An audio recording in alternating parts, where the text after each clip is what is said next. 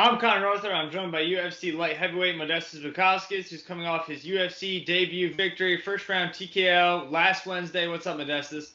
Hey, how's it going, man? Yeah, doing really well, mate. How you doing? Good, good. And the last time we talked, we talked a lot about you making your UFC debut and how you kind of felt like you belong there. But when all said and is done, you went to Fight Island, you got the finish, performance of the night bonus as well. I mean, what does this all mean when now you're, I guess, almost a week removed from the fight? It's like I say, everything sort of calmed down. Like there was like a massive whole thing. Like there was a lot of hype behind the whole situation. Like going to a fight and there was a whole experience and everything like that. So everything was like sort of fast and just like go go go. Everything all happened at once.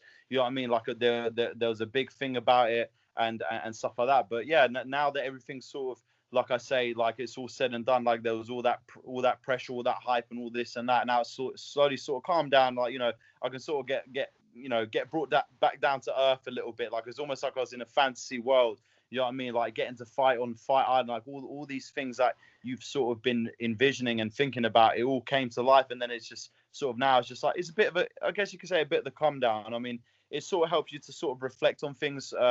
Helps me to sort of reconnect with people that I didn't, get to talk to beforehand and stuff like that. So, but yeah, man, like I said, it was honestly like the best experience. The UFC takes such good care of their athletes, like on a whole nother level in comparison to everyone else. And it made the whole fight week like really fun, really interesting. I had my teammates and my coaches and stuff like that. Which made it fun also. So yeah, man, like I say, it couldn't have gone any better. So you know what I mean, like and everything that I sort of envisioned that would happen and put on my like little board and everything, it all come true. So yeah, like I said, it just makes me that more excited and that more ready to just keep doing my thing and then keep putting on these performances. Yeah. Was there something in the water there? Because it seemed like on that night you fought, a lot of UFC newcomers kind of had some pretty good debuts. Oh yeah, nah, like I don't even know, man. It must have been the luck of the debutantes on the day, man. We must have had some sort of lucky charms or something. I don't know what it was in that breakfast that day, but now I know why it tastes so damn good. Do you know what I mean? So yeah, now like I say, I think it just puts the show as well that there are a lot of guys out there that can compete at the highest level and can compete with the UFC brass. It's just a case of sort of finding those people. So yeah, it gives a massive opportunity to people, especially guys that aren't on the roster, to sort of step up and show their skill set, especially ones that have been established before. You've had a hell of like very tough athletes out there. So yeah, I'm glad to be part of like that sort of, to be known as like one of the couple debut guys on that card. It's nice to be put along that same line and to also been seen in such a high light since I think everyone got performance bonuses as well who were debutants as well. Hmm. And like after you got that finished too, I mean, and you talk about the bonus. Like, did you feel like that was like a lock for you, or were you surprised when you got the bonus?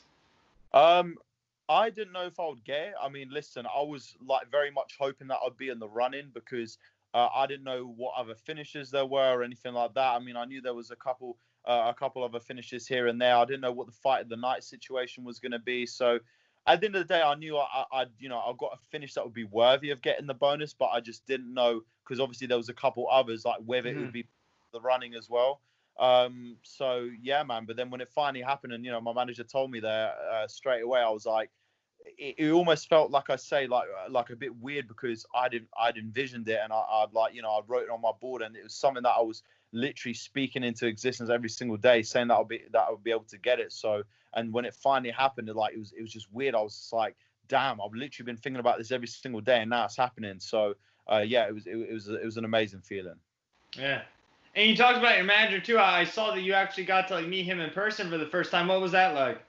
It was absolutely amazing. Like literally, you can see why all his fighters do so well, and you can see why he builds such a good relationship. This is why I went with him in the first place, just because he gets on so well with my dad. He gets on really well with me. Like we have such a good connection as well. Like even over the phone, like even the fact that we were able to talk over the phone, I knew it would be an amazing meeting. And then to finally meet him like firsthand and stuff like that, like after you've just been talking on the phone, like this is the man that got you, pretty much the link to get you into the UFC and stuff like that. So it was really, really just like it was like a breath of fresh air. Like it was a good thing. It made me even more excited and more motivated to put on a performance, because I also want to make my manager proud as much as everyone else. So yeah, man, like I say, he's an awesome fella. We get on really well, and like I say, it just builds for an amazing journey ahead of us going on in the UFC career.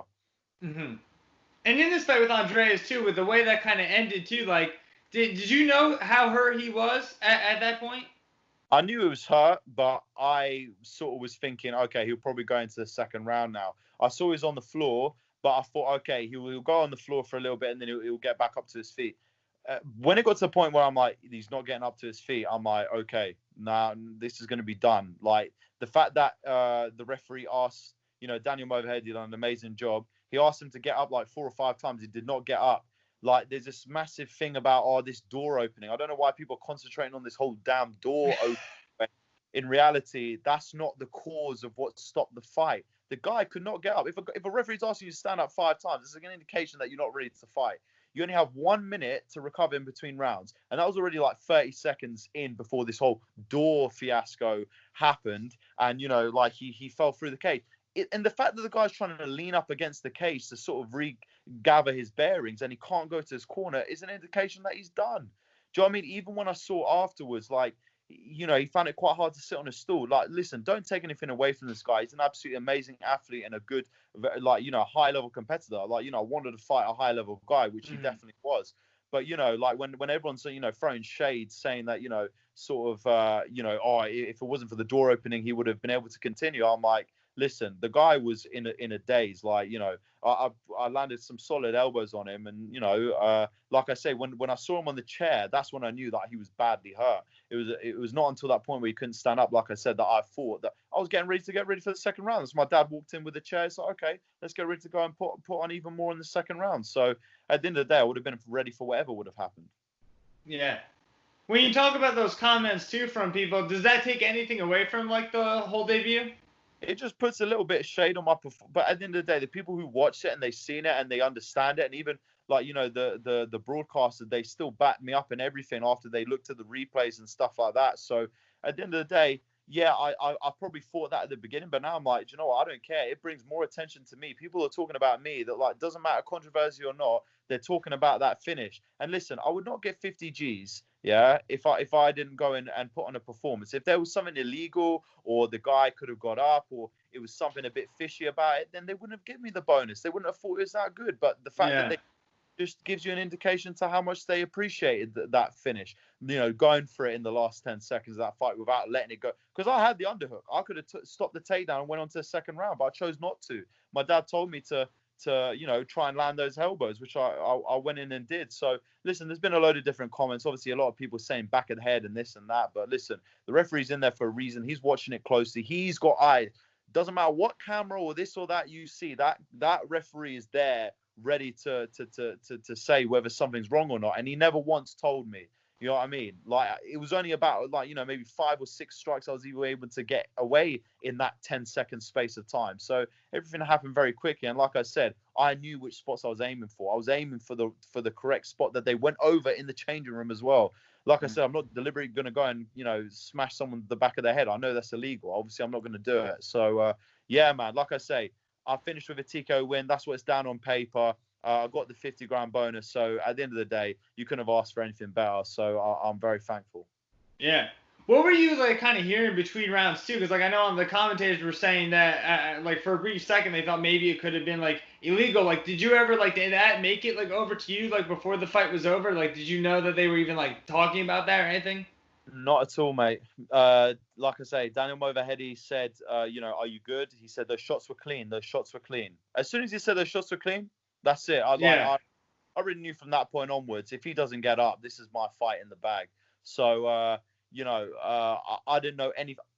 This is the thing. If I literally felt a little bit of an inkling, oh crap, I might have hit him an illegal shot, I would definitely I would feel bad about it. Like, I don't want to hurt someone illegally and do it in the wrong way within this sport. So of course I'm not gonna feel great if that was the case. But the fact that I knew that I landed those clean blows and I knew I got it all in the right spot means that I had nothing to fear at that point. That's why you hear like an ecstatic sort of scream that I had when they said that the fight was over. I knew that the shots landed good. I was just like wondering whether they're going to stop the fight or they're going to make me go into the second round. So yeah, man. Like I say, everything went to plan. We did what we could. Yeah.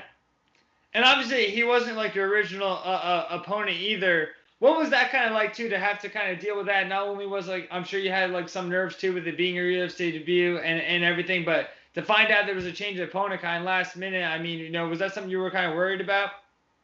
Not at all, mate. Like I said, I mean, even during the quarantine, I was always working on all my different skill sets and trying to be ready for any opponent. I didn't even know what my opponent was going to be at that time, so I was literally just trying to prepare and trying to up my skill set in every area already. Bringing in the appropriate training partners and stuff like that. And then even when I found out that I had the opponent switch and stuff like that, I've been working on the defenses for the takedowns and the jiu-jitsu stuff, literally all getting prepared for that last opponent. The only thing that added the layer was that this guy was way more all-rounded than my last opponent. And I knew that it would be a bit more of a striking exchange. And striking is my forte. So at the end of the day, do you know what I mean? Like, the only thing that sort of put me on a little bit of a, in the back of my mind was just my knee, which happened 2 weeks before the fight. I had bursitis, which then got a little bit infected, and then it healed. But I was literally, the whole time I was nursing it 2 weeks out. Not saying that, like, listen, obviously the fight happened how it happened. It would have happened, it had the injury or not. But obviously that was still playing in the back of my mind. I couldn't kneel down on the floor. I had to practice everything without the wrestling and the jiu-jitsu aspect. Luckily, all the hard work had been done, prior to those. But at the same time, you still want to be able to go over stuff. And if it's in the back of your mind, like you bang something on your knee and it's hurting, like, obviously it puts a bit of a. But obviously when it's the fight, obviously I didn't even think about it. The adrenaline and everything, I was just ready to go. Even the leg kicks and stuff like that, like it didn't bother me. I'm ready to move. I'm ready to go. Do you know what I mean? So obviously I knew I was going to have to handle. I knew that coming in that I was going to have to handle that adversity. So yeah, like I say, everything for me in this fight all went how it should have done and how it could have done. So like I said, I couldn't really have done anything more. Yeah. How's your knee now? It's getting better now that I've got the antibiotics. Now that I'm able to rest it as well, finally. And so, like, you imagine the injury happens, I can't stop. I have to, I've got a fight to prepare for. So I've got to keep doing something, training and watch my weight and stuff like that. Luckily, that my weight was already quite good beforehand, but yeah, but now it's finally I'm starting to see it finally start to heal up. Whereas, before it would get better then get worse, get better then get worse. Whereas now, like, I know within the next couple of days it will, properly get better. Yeah. What do you like, what did you kind of learn about yourself through this whole process too? Because like you said, like, you have like a little bit, like your knee's like a little banged up. It's already on Fight Island. It was already a short notice fight, and then you get a change of opponent. Like, it just seemed like there was a lot of things kind of stacked up against you, a lot of adversity. So to come out the way you did and get the bonus and everything, like when all said and done, I mean, did you learn anything that maybe you didn't know beforehand? To be honest, man, it's just how to handle those situations even better. It made me really think about the range and stuff like that goes into a fight. It made me learn as well that I need to throw more of my devastating strikes earlier. Like, sometimes you can't always try and feel the range and feel this and feel that and try and see where your opponent's moving. You gotta just go for it, man. So I think in future fights you can expect to see a bit more of a sort of ferocious and the flamboyant side that I know I can do is going to come out a little bit earlier, because now I'm sort of sick and tired of trying to slowly work my way into a fight and this and that. And now I'm just ready to go out and fully show out my skill set and stuff like that. And, like I say, it shows me how to handle these injuries a bit. It shows me how to handle those sort of pressure and, like you said, adversity type situations. It just helps me more in life. It made it a roller coaster, and I love it. I embraced everything, like the whole situation, being in quarantine, going to a different country, having to do all these protocols and the trainings, everything that I had to do leading up to this fight. I couldn't have asked it to happen any other way, because it got me so much more well prepared for everything that I have to do that's going to happen now in the future in my career. Yeah. And as far as like Vinicius Barrera, that's who you're originally supposed to fight, but is that a fight that you would eventually, like to get?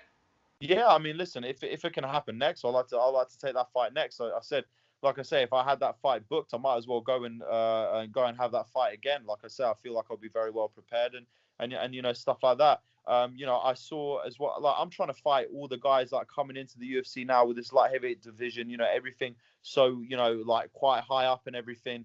There's quite a buzz now about the light heavyweight division. I mean, Roman Dolidze had a very amazing performance the other day. That would be a guy that I'd like to fight. So, there's a lot of guys who are like now stepping up in the ranks, making a name for themselves. And at the end of the day, these are the guys that you're going to have to fight, create the buzz, create the noise, and then, go out and perform. So, like I say, I'm ready for whatever challenge I have in front of me, but I can't wait to take it on full swing. Yeah. Well, I mean, I know you have the knee and everything, but when would you ideally like to get back? Listen, I reckon this knee will be better within a week and a half, something like that, maybe 2 weeks.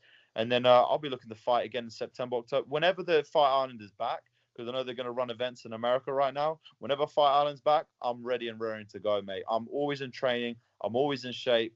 I'm never taking the foot off the gas pedal. I'm always trying to improve my skill sets. So whoever they have, I'm just going to be even better than the last time. Yeah.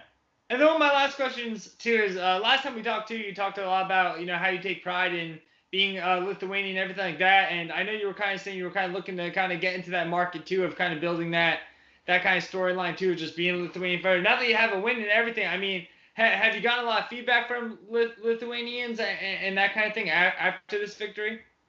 Yeah, I've had a lot of people messaging me on my Instagram and stuff like that. I had a couple of news sites and stuff like that. Some that want to speak to me already and get my take on the fight and stuff like that. So listen, the more noise and more interest it creates, it's going to be better. Just not only for the country, but for all of us in general. Like I say, I'm very patriotic towards my country.